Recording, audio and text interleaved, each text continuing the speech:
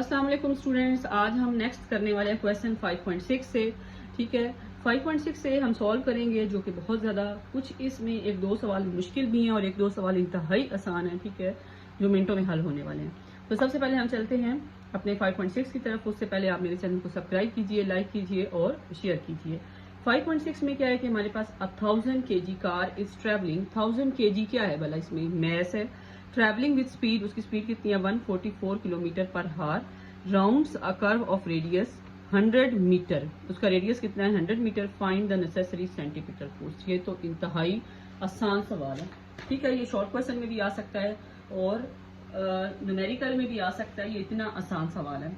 ठीक है, तो सबसे पहले तो हम इसकी स्पीड को किलोमीटर पर हार से किस में तब्दील कर देते हैं, इसको मीटर पर सेकंड से। ये मैं आपको इतनी बार करके दिखाऊंगी, ये नहीं है कि जितनी बार ये सवाल में आएगा हम इसको इतनी बार सॉल्व करेंगे ताकि आपके माइंड में ये अच्छे से रह जाए कि हमारे पास किलोमीटर पर हार को मीटर पर सेकंड में कैसे सॉल्व करते हैं।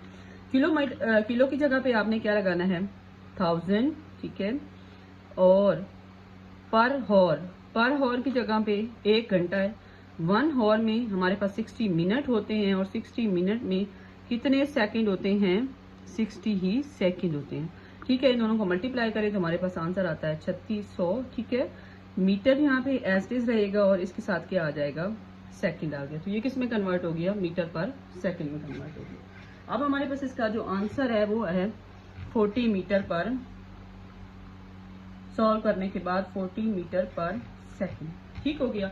हमने फाइंड करनी है सेंटीमीटर फोर्स, जो कि फार्मूला आप इवन 9th 10th क्लास में भी पढ़ चुके हैं, जिससे आपको बहुत अच्छे से याद होगा। FC इक्वल है mv²/r। जस्ट वैल्यूज पुट करनी है। m क्या है 1000, ठीक है, v क्या है 40 और r क्या है 100। ठीक है, इसको यहीं से कट कर दें तो आप देखें कि 1 मिनट में ये सवाल हल हो गया है। इसका स्क्वायर लें, बाकी मल्टीप्लाई करें तो हमारे पास ये आंसर आता है 16000। ठीक है, इसको पावर में लिखना चाहें तो आप अच्छे से पावर में लिख सकते हैं। ठीक है, 1 2 3 4 हमारे पास कितनी इसकी पावर हो जाएगी, डेसिमल को यहां से गिनना शुरू करें 1 2 3 4 तो हमारे पास कितना हो जाएगा 1.6 मल्टीप्लाई बाय 10⁻⁴ 4 न्यूटन। बस ये 1 मिनट में होने वाला सवाल है। ये आप लोगों ने याद रखना है कि ये न्यूमेरिकल में ना भी आए तो ये शॉर्ट क्वेश्चन और MCQs में आ सकता है। ठीक है, अब हम चलते हैं 5.7 पे। 5.7 में हमारे पास क्या है, what is the least speed at which an aeroplane can execute a vertical loop of a 1 kilometre, ठीक है, radius, so that there will be no tendency for the pilot to fall down at the highest point. हमारे पास क्या है कि एक pilot है और वो एक इस तरह से लूप में मूव कर रहा है। ठीक है, और उसका फासला कितना है 1 किलोमीटर उसका रेडियस है। वो कहता है जब वो हाईएस्ट पॉइंट यहाँ से, वो एरो जो प्लेन है, ठीक है, वो यहाँ से इस पॉइंट पर पहुंचता है तो वो कितनी स्पीड के साथ इस पॉइंट से गुजर जाए कि उसके गिरने के चांसेस बिल्कुल नहीं होने चाहिए, वो गिरे ना वहां से। ठीक है, जब हाईएस्ट पॉइंट से होके जब वापस आए। ठीक है, कि एक लूप में एरोप्लेन मूव कर रहा है। ठीक है, और जब वो अपने हाईएस्ट पॉइंट पर जाता है, ठीक है, तो वो गिरना नहीं चाहिए, कितनी स्पीड से वो मूव करे। ठीक है, तो उसके लिए हमारे पास बहुत ही आसान फार्मूला है, ये उसी टॉपिक से है, सेंटीमीटर फोर्स वाले टॉपिक से। FC इक्वल है mv² वाले फार्मूला से हमारे पास हमने पढ़ रखा है AC सेंटीमीटर एक्सेलरेशन v²/r। तो ये बहुत ज्यादा आसान है। v हमने क्या करना है, फाइंड करना है, तो इसको साइड पर ले आए तो AC को r कर दें। और यहाँ पर हमारे पास वो कहता है कि जो ग्रेविटेशनल एक्सेलरेशन होगा वो g के बराबर होगा। किसके बराबर होगा, g के, तो यहाँ पर आ जाएगा rg। इसका ले लेंगे स्क्वायर रूट। ठीक है, पुट करने के बाद r की वैल्यू हमारे पास है 1000। ठीक है, और g की वैल्यू है 9.8। ठीक है, तो ये हमारे पास बन जाएगा 1000 को यहीं पे रहने दें, 9 8 के नीचे 10 आ जाएगा, वो एक गया। ठीक है, तो हमारे पास ये कितना होगा 9800। ठीक है, इसका जब हम स्क्वायर रूट खत्म करेंगे तो ये हमारे पास इसका आंसर आएगा, वो आएगा 99 मीटर पर सेकंड। तो ये हमारे पास इस तरह से आपका सॉल्व हो जाएगा। ठीक है, मीटर पर सेकंड इसके साथ यूनिट होगा। उसके बाद हम चलते हैं 5.8 पर। 5.8 में हमारे पास इसकी स्टेटमेंट थोड़ी सी समझने वाली है। ठीक है, देखने में बहुत मुश्किल लग रहा है कि बहुत बड़ी स्टेटमेंट है, लेकिन करने में आसान है। ये आखिरी 3 क्वेश्चन थोड़े से अंडरस्टैंडिंग वाले हैं। सबसे पहले देखें, the moon orbits the earth so that the same side always faces the earth. वो कह रहा है कि हमारे पास क्या है कि हमारे पास एक मून है और एक अर्थ है। आपको अच्छे से पता है कि जमीन दरमियान में सेंटर में मौजूद है, यहाँ पर अर्थ हमारी, ठीक है, और इसके इर्द गिर्द मून क्या कर रहा है, रिवॉल्व कर रहा है। मून क्या कर रहा है, हर वक्त अपनी मोशन को परफॉर्म कर रहा है, और वो हर वक्त अर्थ को क्या कर रहा है, फेस कर रहा है। तो वो कहता है कि आप क्या करें, आप फाइंड करें, determine the ratio of its spin angular momentum, किसकी भला, मून की, ठीक है, about it's on axis and angular momentum and it's orbital angular momentum. हमने क्या फाइंड करनी है, हमने इसकी फाइंड करनी है रेशियो, किस में, हमारे पास इसकी स्पिन मोशन में और इसकी ऑर्बिटल एंगुलर मोशन में। अब स्पिन मोशन कैसे होती है कि जैसे हमारे पास मून है, वो अपने एक्सिस के जब घूमता है तो उसको हम कहते हैं LS, ठीक है, और जब वो अर्थ के गिर्द एक चक्कर लगाता है ऑर्बिटल मोशन में, तो उसे हम बोलते हैं कि RLO है। क्या है, LO है, ठीक है। तो उसके बाद वो कहता है कि हमारे पास in this case treat the moon as particle. कौन से केस में, जब ऑर्बिटल मोशन होगी, तो पहले तो यहाँ पे जब वो घूम रहा है तो वो स्फीयर है, खुद एज अ स्फीयर अपने इर्द गिर्द मूव कर रहा है। लेकिन जब वो कहता है जब वो अर्थ के इर्द गिर्द चक्कर लगाए, तो उस वक्त आपने इसे समझना है कि ये पार्टिकल है। ये क्या है, पार्टिकल है। Distance between the earth and the moon, हमारे पास जो अर्थ और इसके दरमियान डिस्टेंस है उसे हम क्या लेंगे, हमारे पास उसकी वैल्यू है 3.85 10⁸ क्यों, क्योंकि इसको हमने RO क्यों लिखा है, क्योंकि वो और रेडियस तब माना जाएगा जब वो ऑर्बिटल मोशन परफॉर्म करेगा। उसके बाद हमारे पास है and the radius of the moon, radius का जो अपना मून का जो अपना रेडियस है वो कितना है, 1.74 है 10⁶। तो इसको हम क्या लिखेंगे, इसको हम लिखेंगे RS। मतलब जब वो खुद स्पिन मोशन परफॉर्म कर रहा होगा ना, तो उसका अपना रेडियस काउंट होगा, लेकिन जब वो जमीन के गिर्द घूमेगा तो उसे हम RO से रिप्रेजेंट करेंगे। तो यहाँ पे हम इस्तेमाल करेंगे फार्मूला एंगुलर मोमेंटम का, जो कि हमारे पास आपको पता है क्या है, I ओमेगा, ठीक है। तो हमारे पास सबसे पहला केस है कि अगर हम लोग ले लेते हैं इसकी मोशन, स्पिन मोशन, पहले LS IS, ठीक है, LS को रहने दें, IS स्पिन मोशन में वो उसने आपको बताया है स्टेटमेंट कि एज अ स्फीयर है। स्पिन मोशन में कैसे है, एज अ स्फीयर। तो मूवमेंट ऑफ इनर्शिया क्या होगा, 2/5 mr², ठीक है। तो यहाँ पे फर्क ही सिर्फ आपने ये देखना है कि स्पिन मोशन में मूवमेंट ऑफ इनर्शिया क्या पुट करना है, और जब आप ऑर्बिटल मोशन परफॉर्म कर रहे होंगे तब आपने मूवमेंट ऑफ इनर्शिया क्या पुट करना है। ये चीज सिर्फ इसमें हमारे पास जो है वो समझने वाली है। 2/5 mr², और इसके साथ आ जाएगा S। ये हमारे पास आ गई पहली इक्वेशन, ठीक है।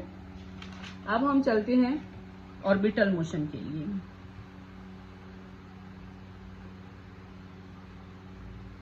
ऑर्बिटल मोशन में हमने मून को लेना है एज अ पार्टिकल। तो हमारे पास पार्टिकल के लिए वो कहता है जो I है उसकी वैल्यू है mr², ठीक है। पार्टिकल के लिए मूवमेंट ऑफ इनर्शिया है mr², याद रखिएगा। और यहाँ पे स्फीयर के लिए है 2/5 mr², ठीक है। आप बेशक इसे स्मॉल m लिखना है दोनों केसेस में। तो यहाँ पे LO IO हमारे पास क्या है, ऑर्बिटल मोशन को शो कर रहा है, MO का स्क्वायर ओमेगा LO। तो ये हमारे पास आ गई इक्वेशन नंबर 2। इसको हम क्या करेंगे, हम लोग रेशियो फाइंड करना है LS/LO से, तो हम रेशियो निकाल लेंगे LS/LO 2/5 mr² omega by mr² omega. आप कटिंग जो होती है तो कटिंग कर दें ओमेगा ओमेगा से, m से, ठीक है। क्या बच गया हमारे पास, 2/5 r/s² और r/o²। ठीक है। और हमें बस गिवन यही है डाटा में, तो बहुत काम आसान हो गया है, सिंप्लीफाई हो गया है। तो आर एस हमारे पास है 1.74, 10⁶, और 5 3.85, 10⁻²। ठीक है। अब हमने क्या करना है, इसका स्क्वायर लेना है दोनों वैल्यूज का, और इसे डिवाइड कर देना है, मल्टीप्लाई करना है, और हमारे पास जो आंसर आएगा वो आएगा 8.02 10⁻⁻6 LS/LO। इनका कोई यूनिट नहीं होगा क्योंकि ये रेशियो है। ठीक है। और एक बात आपने यहाँ पर याद रखनी है, लाजमी जो बात अंडरस्टैंडिंग वाली है, 2 पॉइंट्स अंडरस्टैंडिंग वाले। एक है आपने RO किसे बोलना है और RS किसे लिखना है। ठीक है, ये इंपॉर्टेंट बात है। ठीक है। और एक इंपॉर्टेंट बात है कि IS की वैल्यू क्या पुट करनी है और IO की वैल्यू क्या पुट करनी है। अगर आपको ये दो बातें समझ आ जाती हैं तो आपका न्यूमेरिकल कभी गलत नहीं होगा। ठीक है। अब चलते हैं 5.9 पर। 5.9 इंटरेस्टिंग है। ठीक है। और इस क्वेश्चन से भी ज्यादा सिंपल है। इसमें हमें कहा गया है कि अर्थ रोटेट कर रही है on its own axis in once a day. मतलब जमीन अपना एक चक्कर, आपको पता है कि अपने एक्सिस मुकम्मल करती है, और उसको मुकम्मल करने में कितने घंटे लगते हैं, 24 घंटे लगते हैं। ठीक है। Suppose by some process the earth contracts so that it reduces in only half of as large as। वो कहता है कि अगर क्या है कि पहले तो सिंपल आपको पता है कि हमारे पास अर्थ रोटेट कर रही है और अर्थ रोटेट करने में 24 घंटे लगते हैं। वो कहता है कि आप सपोज करें, ऐसा हो तो नहीं सकता लेकिन फिर भी, कि जमीन जो है वो सुकड़ के आधी रह जाए। कितनी, अगर इतनी पहले थी तो इतनी रह जाए तो क्या होगा, तो वो कितनी देर में अपना एक चक्कर मुकम्मल करेगी, कितनी देर में अपना एक चक्कर मुकम्मल करेगी। ठीक है। How fast it will be rotating. ठीक है। और अर्थ को हम एज ए स्फीयर लेंगे तो 2/5 m² इसका दिया हुआ है। तो हम क्या करेंगे, सबसे पहले हमारे पास ये अर्थ है। ठीक है। उसका रेडियस है r। ठीक है। 1 चलो कर लेते हैं। फिर वो क्या हुई, कॉन्ट्रैक्ट हो गई। ठीक है। और इसका रेडियस कितना हो गया, r1/2। ठीक है। इस तरह से होना है कि हमारे पास जमीन थी, उसको मुकम्मल करने में कितने घंटे लग रहे थे, 24 टाइम जो लग रहा था। ठीक है, हॉर्स। लेकिन अगर अर्थ कॉन्ट्रैक्ट हो गई तो अब उसको कितने घंटे लगेंगे वो अपना चक्कर कंप्लीट करने में। ठीक है। तो सबसे पहले हमने टाइम लिख लेना है। T1 हमारे पास 24 हर्ट्ज है। मोमेंट ऑफ इनर्शिया उसने हमें कहा है कि अर्थ एज अ स्फीयर लेना है। अर्थ को आपने क्या लेना है, एज अ स्फीयर। तो हमारे पास 2/5 mr² है। यहाँ बात है रेडियस की, तो r1 पहली बार कितना है, r है। ओरिजिनल रेडियस उसका r है। रेडियस आफ्टर कॉन्ट्रैक्शन, जब वो कॉन्ट्रैक्ट का मतलब होता है सुकड़ जाना। ठीक है। जब वो सुकड़ गई है तो हमारे पास उसका रेडियस कितना रह गया है, r/2 कितना हो गया है, ओरिजिनल रेडियस से आधा रह गया। ठीक है। I2 इक्वल है 2/5 mr²। इसकी जब इसमें वैल्यू पुट करनी है तो r/2 पुट करेंगे। क्या पुट करेंगे, r/2। T2 हमने क्या करना है, फाइंड करना है। तो यहाँ पर भी हम कौन सा फॉर्मूला इस्तेमाल करेंगे, एंगुलर मोमेंटम वाला।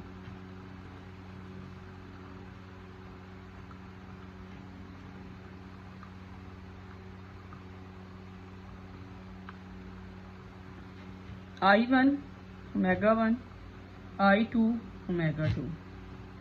I1 की वैल्यू हमारे पास क्या है, और ओमेगा को आपको पता है, पीछे भी हमने इसे कन्वर्ट करके लिखा है, 2π/f होता है।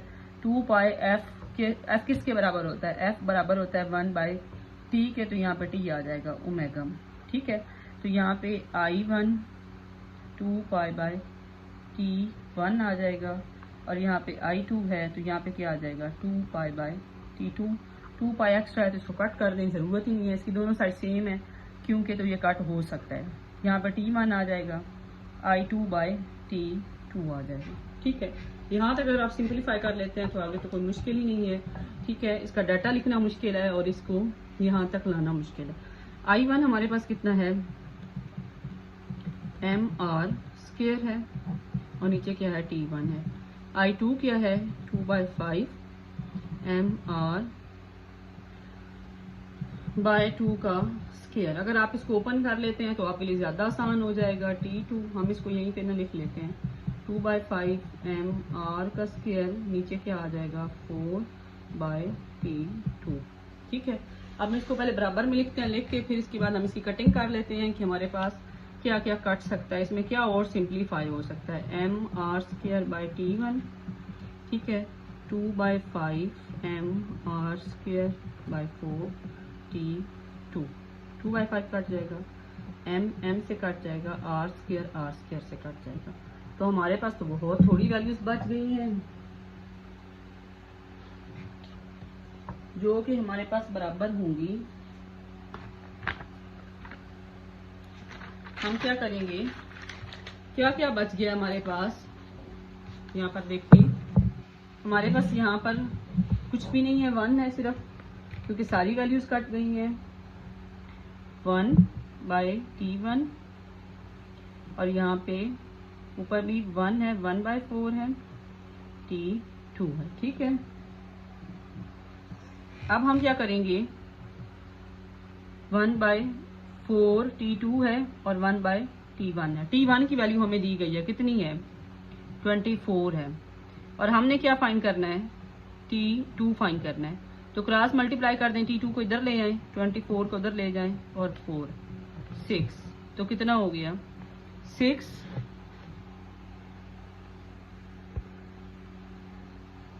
तो कितना हमारे पास हो गया 6 हॉर्स, कितना हो गया है 6 हॉर्स, ठीक है। तो हमारे पास जो टाइम आएगा वो कितना होगा, वो होगा 6 हॉर्स होगा। टाइम कितना हमारे पास होगा, 6 हॉर्स लगेंगे। अब अर्थ को अपना चक्कर कंप्लीट करने में कितने घंटे लगेंगे, 6 हॉर्स लगेंगे। इतना कम टाइम लगेगा अगर हमारी अर्थ का रेडियस क्या हो जाए, आधा रह जाए, तो हम इतनी जल्दी अर्थ हमारी जो है वो एक चक्कर अपने इर्द गिर्द, अपने एक्सिस गिर्द मुकम्मल कर लेगी। तो यहाँ पे आपने ध्यान रखना है कि आपने कंसीडर कर लेना है 2/5 एम आर स्क्वायर है, अगर 1 है तो आर के ओरिजिनल आर के बराबर होगा, अगर R2 है तो वो आर बाई ओरिजिनल रेडियस के आधे के बराबर होगा। बस इसमें और कोई बात नहीं है, सिंपल इनको बराबर कर लेना। इसमें कटिंग बहुत ज्यादा उल्टा ज्यादा आसान न्यूमेरिकल है कि ज्यादा जल्दी जल्दी सिंप्लीफाई हो रहा है, आपको कुछ नहीं करना पड़ रहा।